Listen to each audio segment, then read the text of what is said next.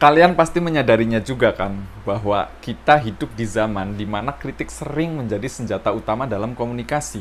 Tetapi, apakah semua orang yang mengaku kritis benar-benar memahami apa itu berpikir kritis?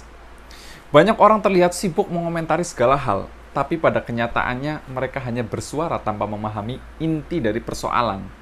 Ini seperti orang yang menyerang bangunan tanpa tahu pintu masuknya. Nah, disinilah muncul pertanyaan penting. Seberapa tahu kamu tentang apa yang kamu tidak tahu? Pertanyaan ini lebih mendalam daripada sekedar membanggakan pengetahuan yang kita miliki. Kenapa?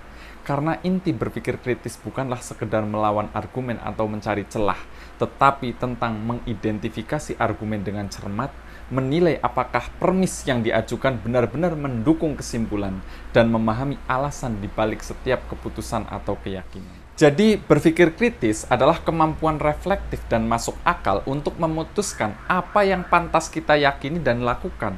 Nah, proses ini melibatkan hubungan erat antara premis dengan kesimpulan.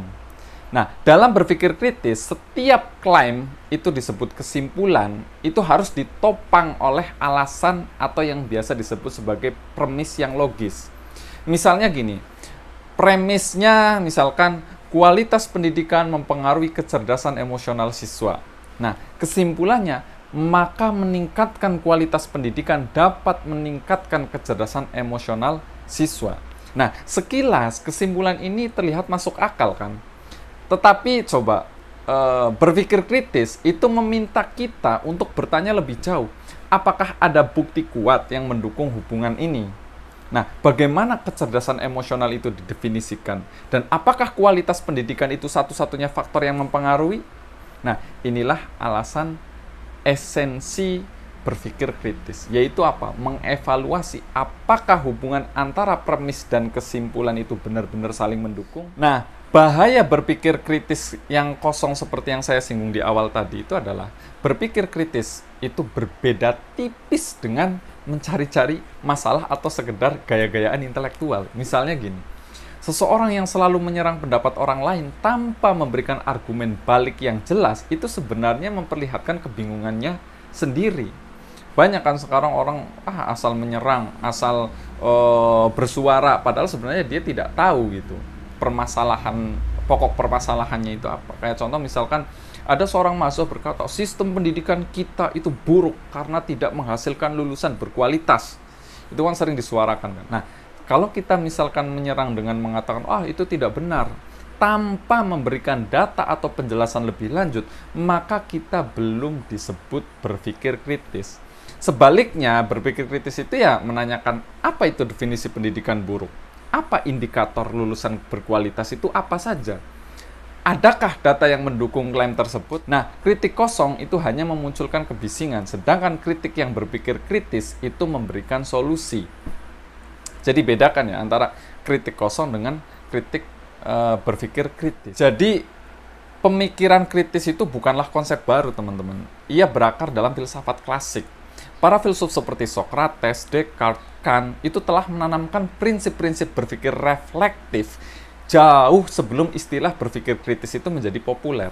Kayak contohnya misalkan Socrates itu mengajarkan kita untuk terus bertanya. Kenapa? Karena pengakuan akan ketidaktahuan adalah langkah awal menuju kebijaksanaan. Contohnya misalkan gini, ketika seorang mengatakan, teknologi modern ini merusak moral anak muda. Nah, kalau kita menggunakan pendekatan Socrates, kita akan bertanya, apa yang dimaksud merusak moral?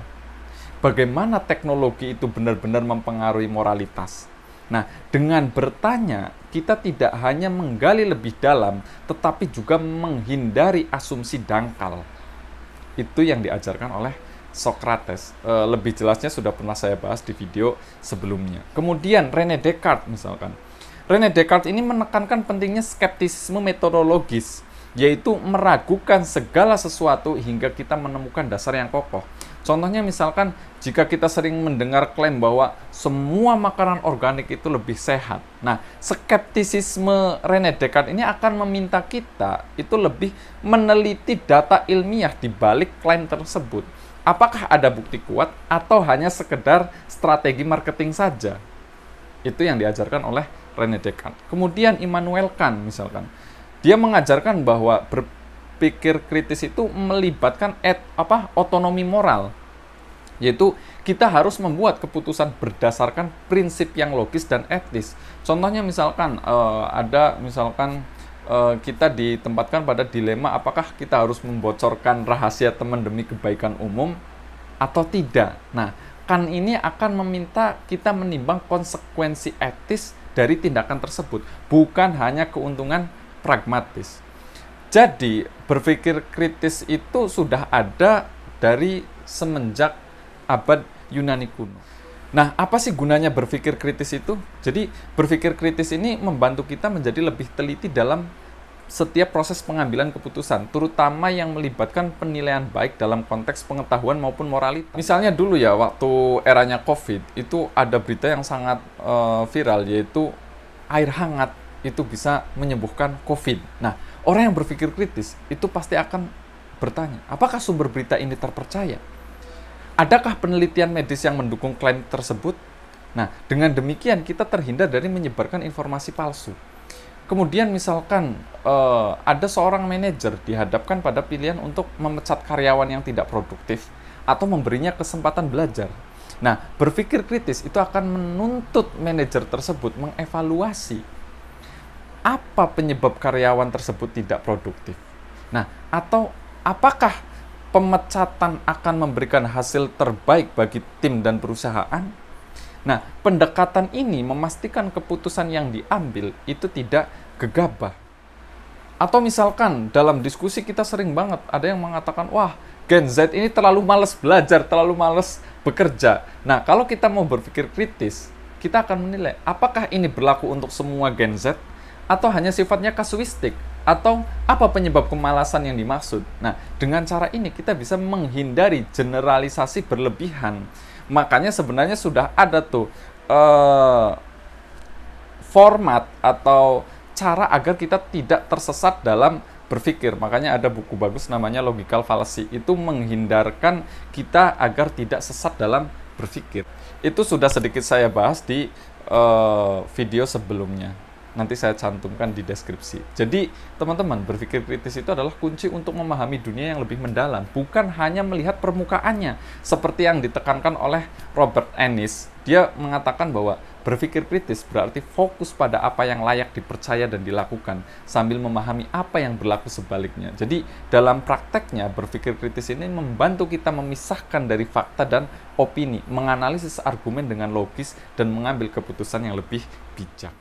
Jadi, sebelum kita mengkritisi dunia di sekitar kita, mari kita bertanya pada diri sendiri, apakah kritik kita berasal dari pemahaman yang mendalam atau hanya suara kosong tanpa dasar? Berpikir kritis bukanlah seni menyerang, tetapi seni memahami dan membangun.